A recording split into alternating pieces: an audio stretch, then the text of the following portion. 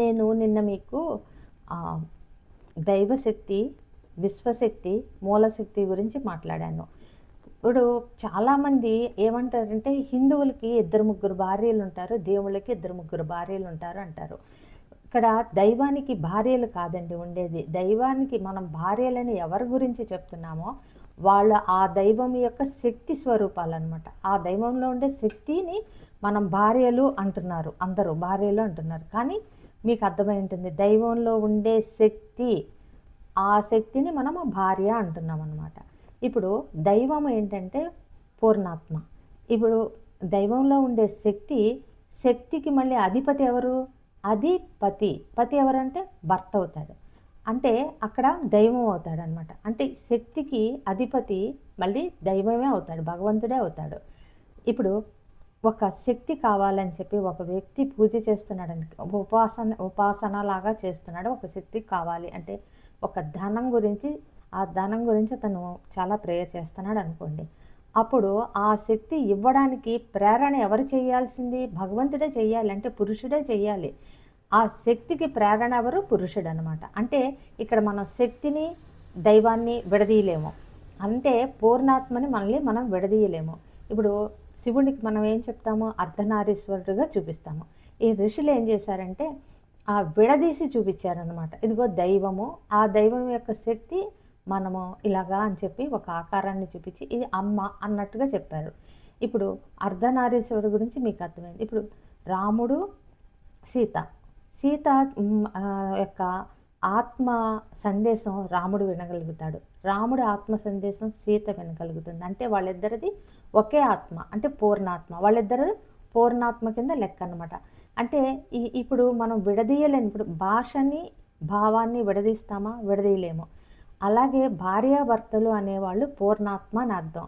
ఇప్పుడు వీళ్ళు ఈ ఋషులు ఏం చేశారంటే ఈ లోకంలో ఉండే వివాహ బంధాన్ని పవిత్ర బంధంగా మారడానికి చాలా మంచి మంత్రాలు, అంటే పవిత్రమైన మంత్రాలు, పవర్ఫుల్ మంత్రాలు ఇచ్చి ఆ వివాహ బంధాన్ని చూపించారనమాట.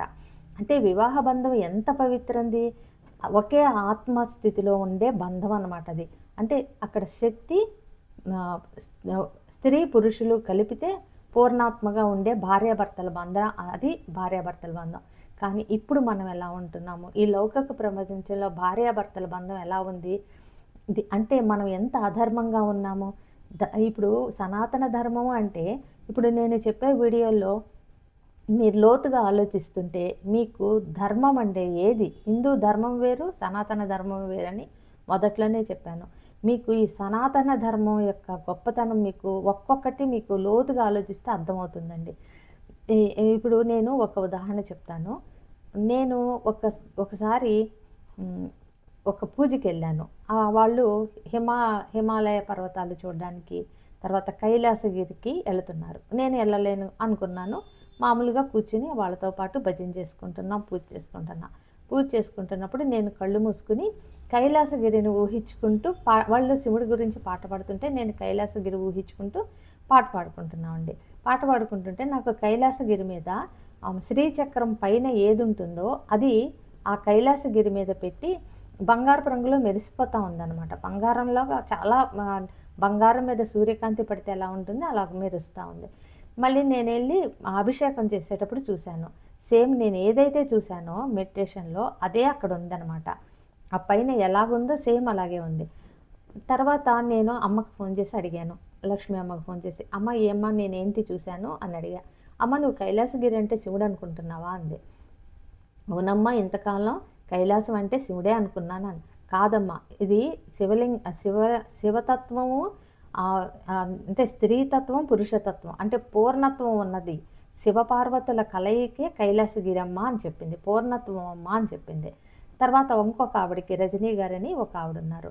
ఆవిడకి ఒక విజన్ ఏంటంటే, ఆవిడ మెడిటేషన్లో కూర్చున్నప్పుడు ఎవరో వచ్చారట, అందరికీ ప్లేస్ ఉందంట, ఒక అతనికి ప్లేస్ లేదంట. ఆవిడ జరిగి అతనికి ప్లేస్ ఇచ్చినప్పుడు ఆవిడకి మెలకు వచ్చింది. మెలకు వచ్చేస్తే అప్పుడు ఆవిడ అడిగారనమాట. అడిగితే అమ్మ ఏం చెప్పిందంటే, ఆవిడ స్త్రీ కదమ్మా, ఆవిడలో పురుషతత్వం స్టార్ట్ అవుతుంది అని.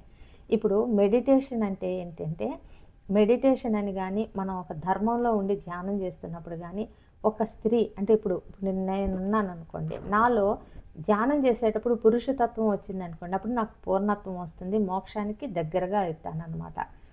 అలాగే ఒక పురుషుడు చూడ్డానికి అతను మగతను, కానీ అతని ధ్యానంలో కూర్చున్నప్పుడు అతనిలో స్త్రీతత్వం వచ్చి అతను పూర్ణత్వం వచ్చినప్పుడు అతనికి మోక్షం వస్తుందన్నమాట. ఇప్పుడు మేము మాస్టర్ సివివి నమస్కారం అని 3 సార్లు అనుకుని మేము ధ్యానంలో కూర్చుంటాం.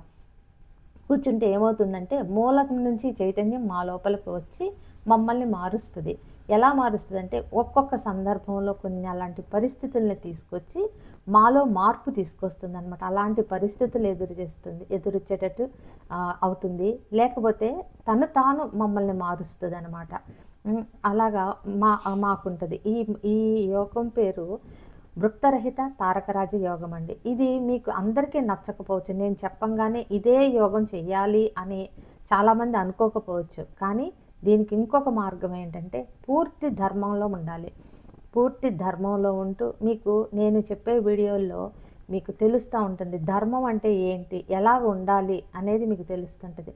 పూర్తి ధర్మంలో ఉంటూ మీరు కనుక ధ్యానం చేస్తే మీకు మోక్షం వస్తుంది. కానీ ప్రతి వ్యక్తి అంటే ప్రతి జీవి పూర్ణాత్మగా మారాల్సిందే.